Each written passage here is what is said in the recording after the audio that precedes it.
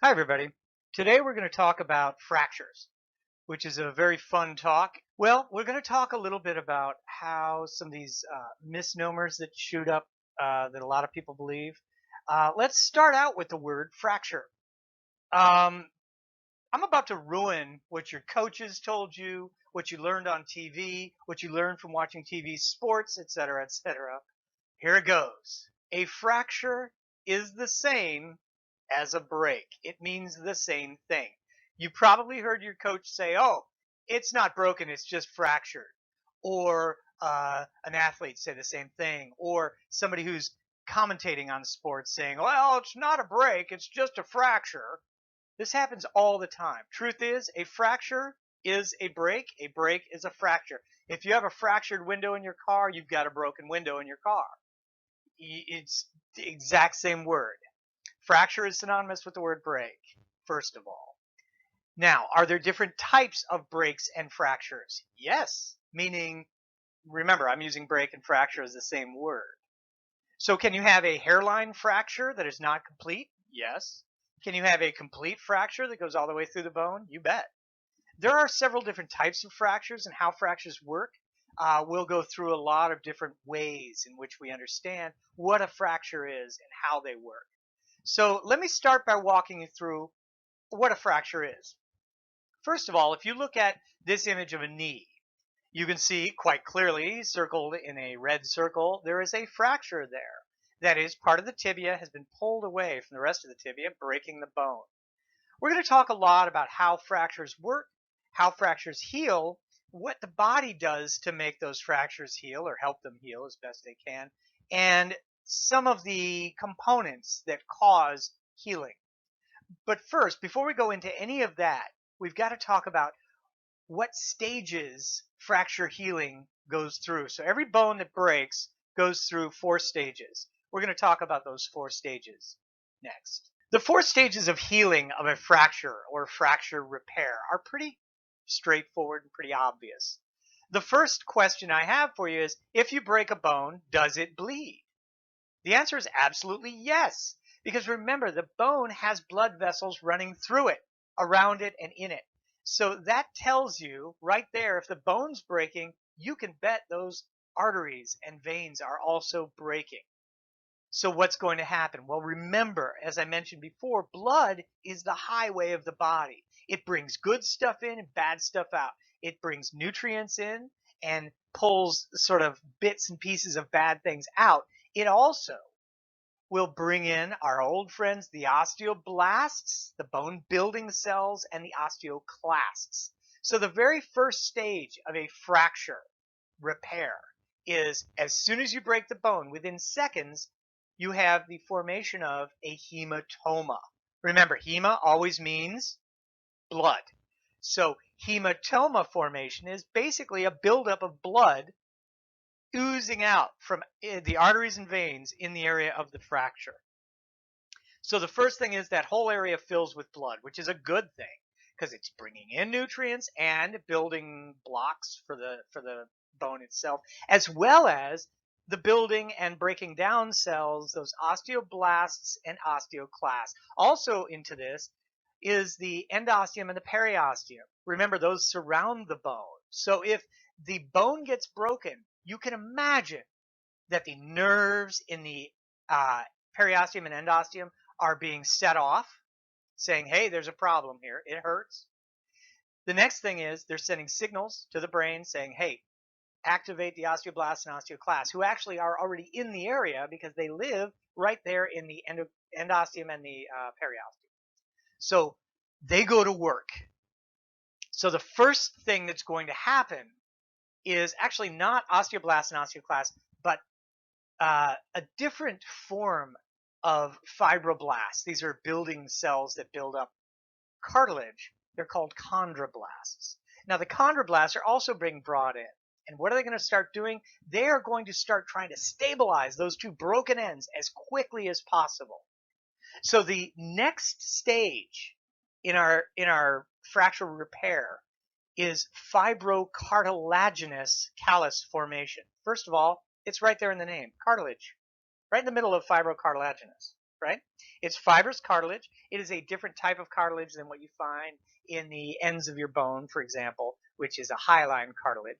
But fibrocartilage is really good at bonding things together. It builds up quickly and it blends things together as quickly as it can. Meanwhile, the blood vessels themselves are repairing. So everything's kind of getting fixed in that area. But there's more.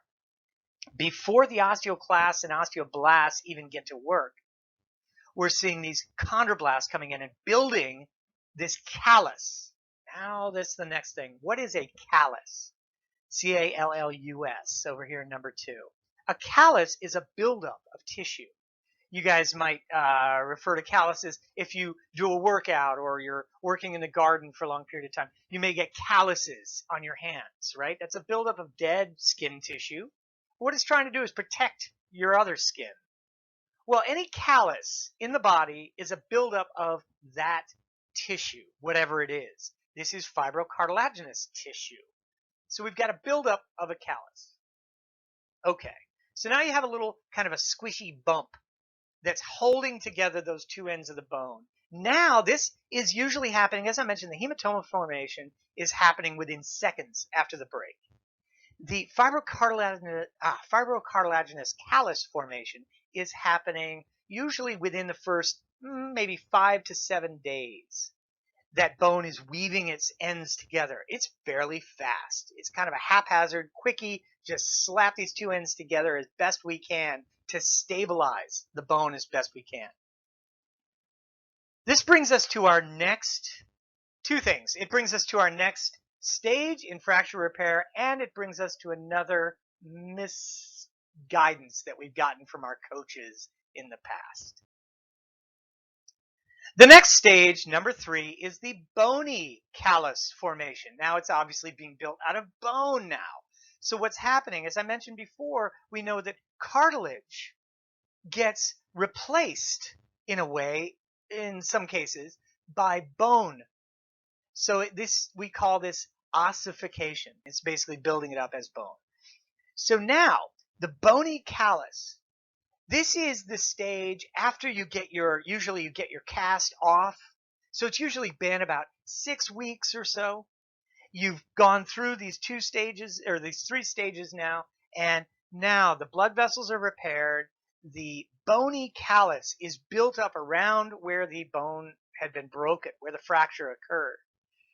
Now is another place where our coaches and senseis and martial arts instructors get it wrong. What happens when you go up to your coach and you say, "Coach, I broke my arm"?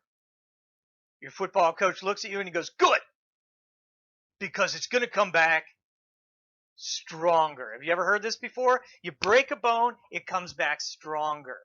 Is that true? No. Let me explain why it's not.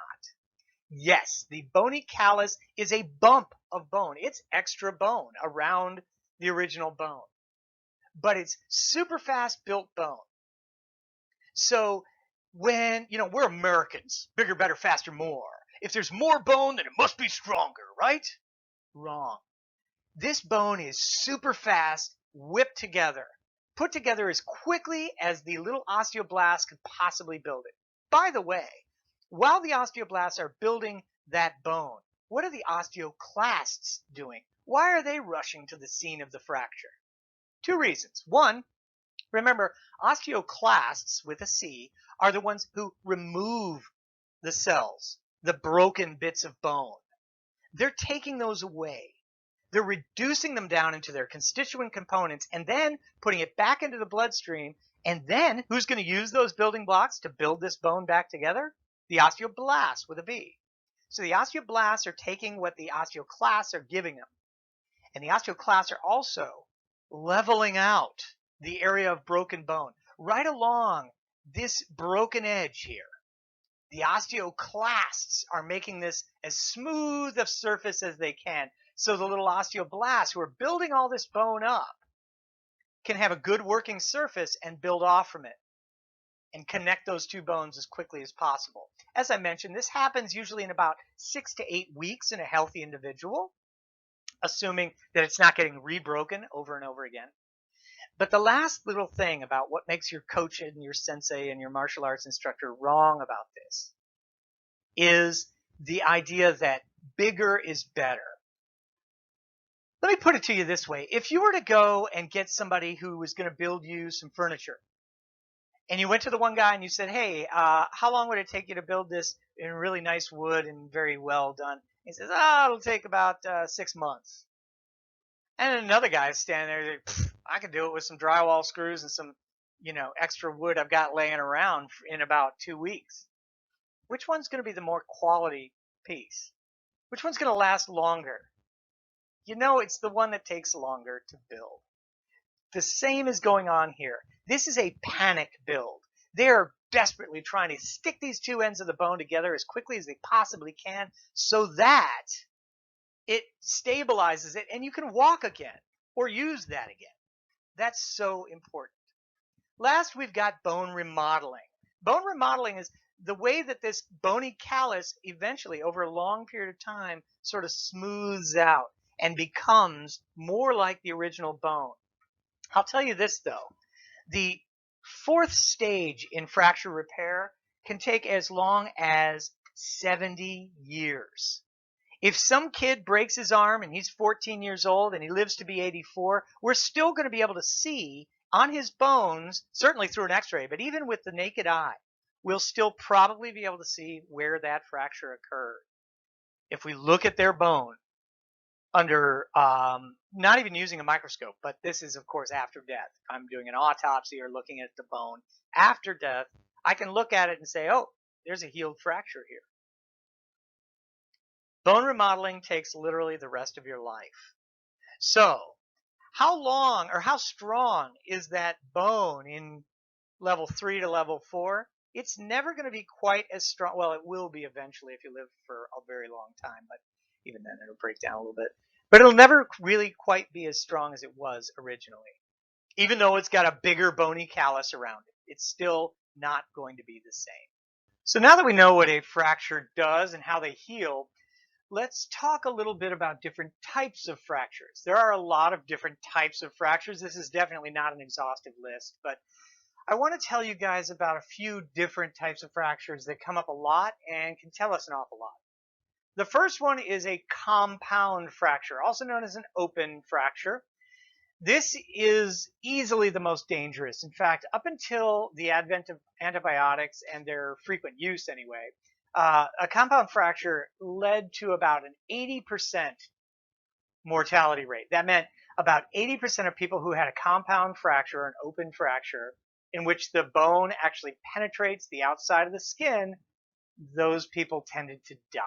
Why are they dying? Well, they're dying of really getting sepsis. They're dying of getting a bacterial infection because when the bone end is exposed to the elements, to the dirt, to the air, water, whatever, there's a lot of bacteria around, and our skin protects us from that. Well, also, how would that bacteria get into the bloodstream if it's just getting into the bone? Remember where blood is made. It's made in the marrow of the bone. So you can bet the bone is very, very vascularized, meaning there's a lot of blood flowing through the bone. Also, the blood cells being made there.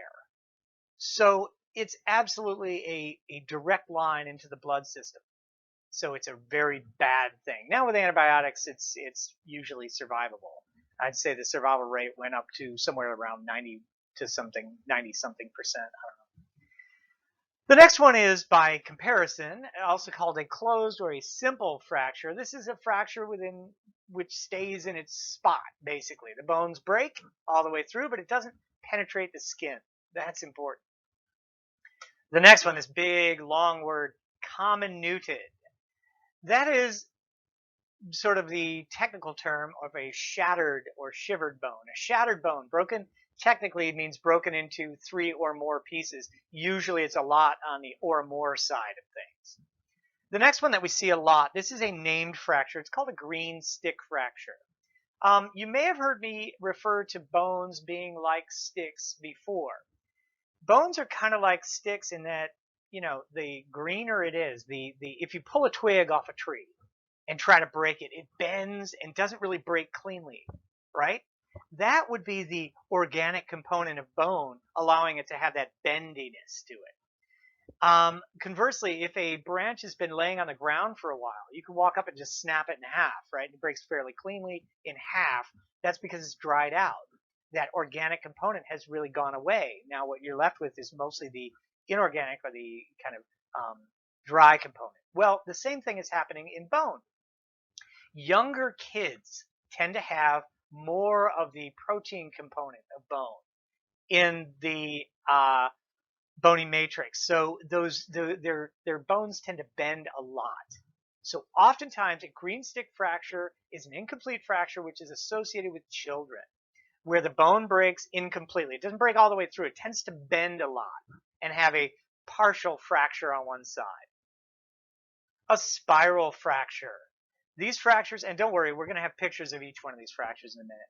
Spiral fractures are where the fracture spirals up the bone. These are most common in the lower leg bone of the tibia.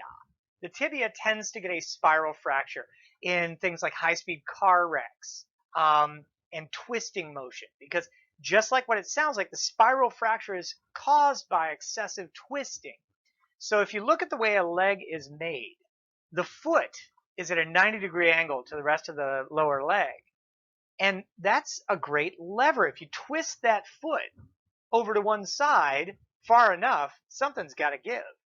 And if the knee doesn't give way, which it usually doesn't, and the ankle doesn't give way, which it also usually does not, what you get is the tibia has to break. So it breaks in this spiral fashion going up the bone. You can imagine putting skis on the ends of your feet only make that lever action even worse. So we see it a lot in skiing, and we see it a lot in high-speed car wrecks, because the way that the footwell is, that's where you put your feet in the car. When you go sliding forward and your foot slams into that, it tends to twist it very hard, and that causes the spiral fracture to the tibia. An avulsive fracture. Believe it or not, the avulsive fracture was actually the first fracture we saw in this series. That is where we saw the knee with that piece pulled off. An avulsive fracture means the bone has been pulled. Often the ligaments connecting the bone to the muscle or other bone, ligaments and tendons, will pull. And instead of the tendon breaking, the bone breaks. And I'll tell you how that's a better thing in a minute.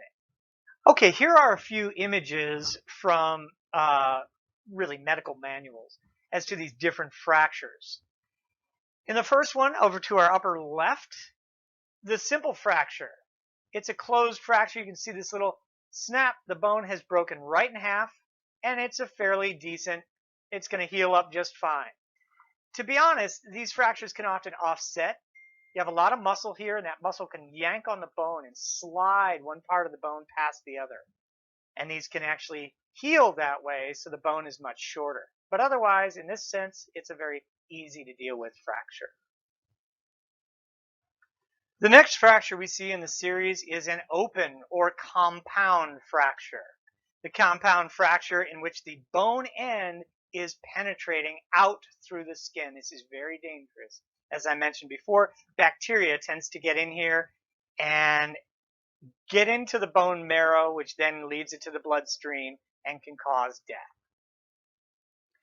This image of the green stick fracture is so bad, it looks like a rat crawled in and took a nibble out of this child's leg. This isn't very good. So instead, we're going to look at this fracture here. First of all, look, we see these bones have not fused yet. This is a forearm of a child. We can see that there's a fusion here. This is that epiphyseal plate. Has not fused yet, so we can tell it's a child. And here is our green stick fracture. You can see a lot of bending and an incomplete break. It's broken on this side. It doesn't break on this side. And this is the radius bone. The ulna, which is the other bone in the forearm, is virtually unscathed. So we have a lot of bending has gone on to allow for, but this end just couldn't take it and finally gave out and broke. Okay, here's a little quickie quiz for you to do for yourself. What types of fractures are we looking at? On this side, we see the fracture is broken up into a lot of different parts. So you tell me, what type of fracture would that be? That is a comminuted fracture, or where the bone has been shattered into a lot of little pieces. Incidentally, anybody have any idea what caused this to happen? We only have one bone. Again, this is the forearm. We only have one bone. Again, the radius has been fractured. The ulna looks just fine, unscathed. What would cause this bone to fracture into a lot of different pieces without touching this one in an adult? The clue is right here and here.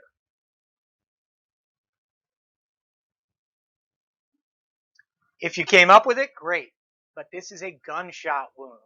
The clues that I pointed out are very bright because these are bits of lead. They are radio opaque, meaning in a X-ray they show up very bright white. And what's happened is the bullet has passed through the radius bone of this person's arm and shattered the bone into a lot of pieces. And the bullet fragments are actually still, this is in the person's clothing. This is probably within their forearm skin there. Okay, moving over to this one. Again, we see a juvenile. Look at the bones are unfused. This is the lower leg. That should be a big hint as to what fracture we are looking at. If you haven't seen the fracture yet, I'll point it out in a moment. But also, meanwhile, point out some other interesting things. First of all, look at this. We see Harris lines in this individual. Interesting. Meaning they're probably having recurring cases of starvation or malnutrition or long-term injury or disease. But this injury that we see, in case you can't see it, it's this right here. There's the fracture. What type of fracture is this? Well, it's in the tibia, lower leg bone. You've probably figured it out. It's a spiral fracture. Finally, the last fracture that we looked at in the very beginning.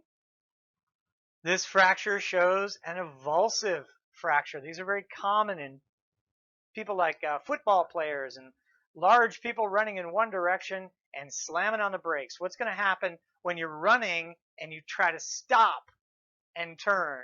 Well, or just stop. This massive biceps muscle, which is, or quadriceps muscle, sorry, which is up here on the upper leg, on the upper thigh, yanks upward on this patellar tendon, which comes down and connects to the front of the tibia right here. What's happened? Instead of the tendon breaking, this bone chip has broken out. This yanking force has ripped this bone away from where it belongs. Well, why, as I alluded to earlier, is this better than ripping the tendon? The answer is bones bleed, tendons do not bleed. So tendons do not heal. The bone will. So if you move that bone back into its proper position and let it heal, it'll fix itself. No surgery needed. In the tendon tearing, you get to go to the hospital. They get to do a tendon fracture repair. And in that, they will usually sew it back together as best they can. It'll never be as strong as it was. The bone will be a lot stronger. It still won't be as strong as it was originally, but it'll be a hell of a lot stronger than the surgical repair of the fracture of the tendon.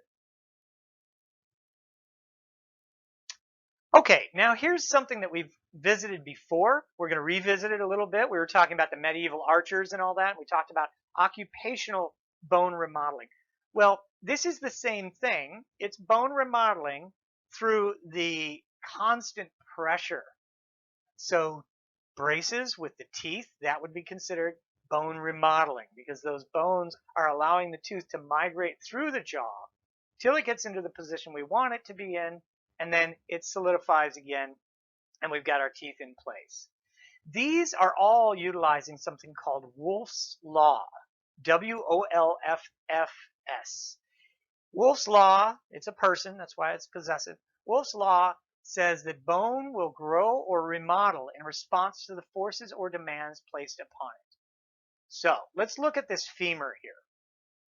First of all, you can see that the femur, that's the upper thigh bone, remember.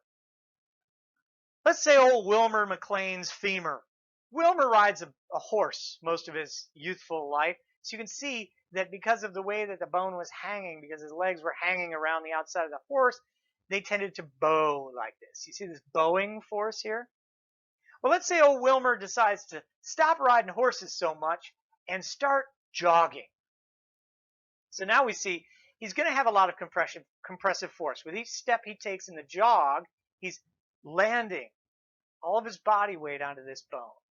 And we can see that these forces are being transmitted through the bone in differential ways. Out here, it's very little downward force. Because of this bow shape, it's actually causing a lot of tensive force, pulling on this outside edge. Whereas on this inside edge, it's because it's bowed, we're getting this compression on this side with every step. Does that make sense? So what's going to happen? Well, who's going to go to work on the inside? Because it's getting compressed, there's not enough bone here. We need more. Who's going to go to work to build bone on this side? Osteoblasts, the bone builders. Meanwhile, out here, there's not enough compressive force. It's a tensive force. So who's going to go to work out here? The osteoclasts are going to go to work out here and start removing this bone. And over a long period of time of old Wilmer jogging every day, we're going to see this bowed bone start to straighten out. Now, obviously, this is a little excessive, and we're not actually going to see it do this much.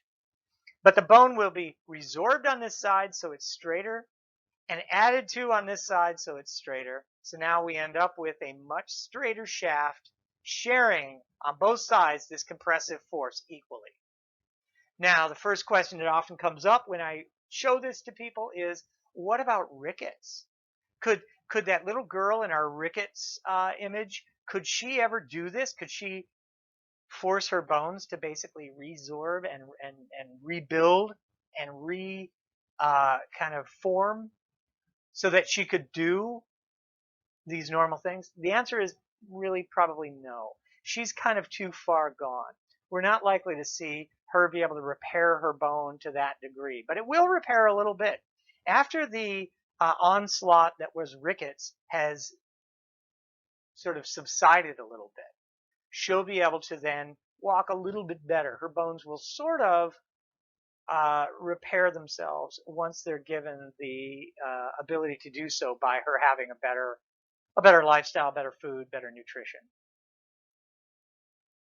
Speaking of nutrition, we've already talked about this a lot, but we know that nutrition has a lot of effects on bones. For example, none of this growth or maintenance can occur without sufficient dietary intake of calcium, phosphate, and our old friend vitamin D, which allows that calcium and phosphate salts to enter into the bone. And you can't get vitamin D without enough, either you can get dietary vitamin D, but it's not as useful as just getting access to sunlight. So sort of that cascade effect that we talked about before. All of them are important. There are a lot of other nutrients that are important, and of course you have to have enough calcium intake to have it there to work with in the first place as well. We've already talked about rickets. Rickets generally affects children. The signs are the most obvious signs in here. If we look at what we've got. Unfused femur, unfused tibia, unfused fibula, but you can't see it.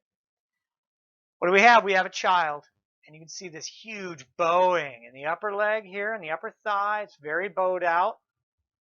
And we have this kind of S-curve bowing in the lower legs as well. Really dramatic here. Now, what are the effects, the long-term effects of this? Well, when this individual gets older, they're going to probably develop arthritis in these joints because there's not equal forces on either side of the condyles. The outer condyle is going to get kind of worn down pretty quickly. The majority of deformities that we see are usually in the pelvis, the legs, almost always the lower legs, and sometimes, to a lesser degree, the ribs and the skull. The ribs and the skull are usually under less kind of downward force, but we do see it in extreme cases of rickets. We'll see pretty much all of the bones of the body that are weight-bearing in any way starting to react. The last major issue that we're going to talk about as far as bone health and nutrition goes is probably the most common that almost everybody in here has probably heard of before. That is this term osteoporosis. It's across the bottom here. Osteoporosis. Osteo meaning bone. Poro meaning the pores in the bones are starting to open up. Every time you see SIS at the end of it, that means an inflammation or infection. So what we're seeing is the pores of the bone are becoming inflamed. So if we look at healthy bone over here, we see these pores in the trabecular bone, the cancellous areas in the trabecular bone are relatively small, fairly uniform. In the bone of the osteoporosis, we see these things starting to open up and get larger. This is usually due to a lack of vitamin D and or a lack of dietary calcium in the individual. We see this for a lot of different reasons, and we'll address some of those. The first reason that people assume are associated with osteoporosis, it is usually associated with older women. That is because peak bone mass in women is usually a little less than in males. Not always, but usually. Furthermore, menopause, which is a massive influx of hormones or a shift in the hormonal pattern of the body. Because of this shift in the hormones, the osteoblasts are not sent to work as much as the osteoclasts. So the osteoclasts continue to work. Furthermore, if you remember all the way back when I was talking about our grandma who's sitting there watching QVC, not using her bones very much. Then she decides to go out and get groceries or something like that. That is when we see the failure, the bone failure that is associated with often osteoporosis. But the breakdown of the bone has happened because she's not using the calcium in her bones to hold her body up very much anymore, but she's now mining the calcium out of those bones through the osteoclastic activity to use that calcium to keep her heart beating and her lungs filling using the diaphragm muscle, right? It causes, remember, calcium is associated with the contraction of muscle. And those muscles have to continue to contract or she will die. So this leads to what we see in a lot of other areas. Here we've got an x-ray of the pelvis of an older person. And you can see over on this side, wait a minute, did a shark come up and take a big bite? No. You can see the slightest kind of shadow of the bone. The bone is still there, but it is very, very weakened. It's not very dense. Over here, the bone is denser. Through here, it's fairly dense. But here, the bone is virtually see-through. It's become transparent in this x-ray because it is so thinned out from advanced osteoporosis, which then I want to draw your attention down here to the hip. And a misnomer that a lot of us say. A lot of us hear that, hey, grandma fell down and broke her hip, thinking that her hip broke because she hit the ground with her hip. Truth is, it's the other way around. Grandma broke her hip and then fell down. It's because of the hip fracture that she falls. What's happened is through osteoporosis, this area, the neck of the femur, has become extremely weakened. If you think about all that weight coming down on this neck, eventually it'll give up. It'll break. And when it breaks, she goes down. So usually it's grandma broke her hip and then fell down, not the other way around.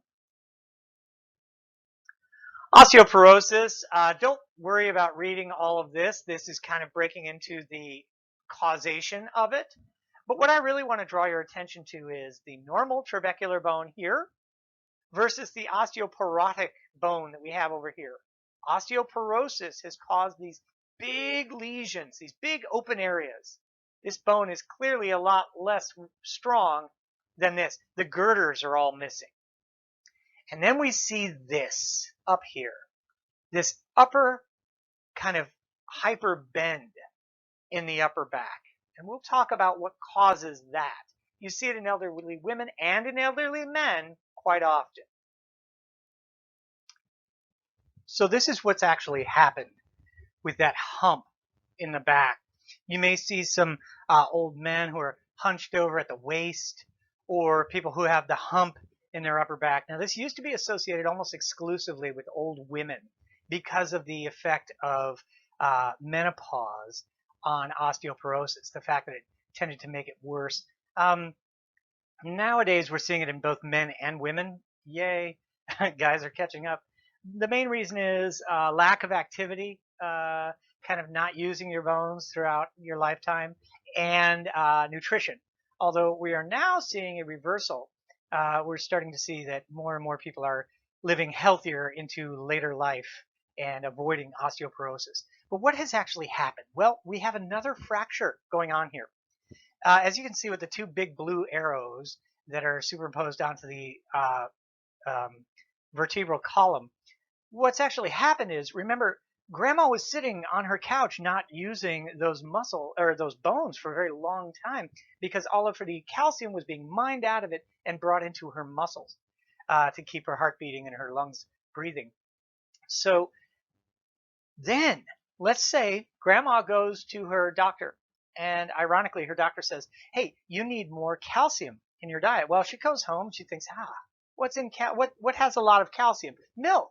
So she then goes to the market and she buys 2 gallons of milk, lifts them up, and puts all that extra weight onto her shoulders, right here, right? It's coming up through her arm. She's lifting that weight. It goes onto her shoulders, and then it compresses onto her thoracic spine here, and that's what we're seeing, this compression fracture. It's when this bone has been so milled out on the inside because of the osteoporosis that it then collapses, and it causes this wedge-shaped fracture. In fact, we call it a wedge fracture, which is a compression fracture of the body of the vertebral column, or the vertebra. So this is what's causing this hyper hunching that goes on. And when you see this in elderly people, it's usually because a wedge fracture or several have happened. It can also happen down here in the lumbar area, where you see if they're bent over at the waist, way down here, they may have a compressive fracture to this. And remember, your spinal cord runs through here. That's all the nerves in your body. When these wedge-shaped fractures, it reduces the size here that the nerves normally come out. So it puts pressure on those nerves, and you can imagine that hurts. It hurts a lot.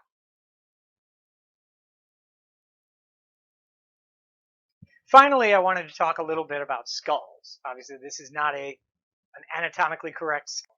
Let's look at one that is. The main thing I want to point out here is the skull is made up of a lot of separate bones, 22 in all. Actually, 27 if you include the bones of the inner ear, but never mind, we're not going to talk about those. And the other, anyway, we're going to talk about just the fact that a lot of bones make up the cranial vault, the face, and you probably already know that the lower jaw here is a separate bone. This is called the mandible. These are the maxillae, nasal bones. These are the bones of the vault, which are the frontal, the parietal bones, the temporal bones, the occipital bone. And running through the whole thing is that irregular bone that we talked about a long time ago, this sphenoid bone goes through here. There are a lot of other bones too, but we're not really going to get into a whole lot of detail. All I want you to remember when we're talking about the bones of the skull is to know the skull is not just 2 bones. It's not the mandible and then the rest of the cranium. No, it is 22 bones. It's a lot of different bones. And these bones, I don't know why, this is the only rear image I had of the skull, which is this lousy drawing. But it shows you how the parietal bones and the occipital bone and the temporal bone all kind of join up with these squiggly lines that we call sutures. And as we go on in the future, you'll see how these sutures work and what they exactly are. But why? Why is the skull made up of so many separate bones? The answer is this. It has to get through the birth canal, right? In order to do so, the skull literally has to squeeze its way through. The mother's birth canal also has to open up a little bit, so the hips themselves kind of are pushed open as the child is passing through the birth canal. But the skull also has to do its part by squeezing down. And that is why, as we talked about earlier on, we were talking about human osteogenesis. Or actually, we were talking about just the growth patterns of humans in general, not even just the bone, where we were talking about the brain, and it grows at a fetal growth rate. Well, that's partially why. It has to squeeze out through this birth canal. And in order to do that, the skull has to be separate pieces as well.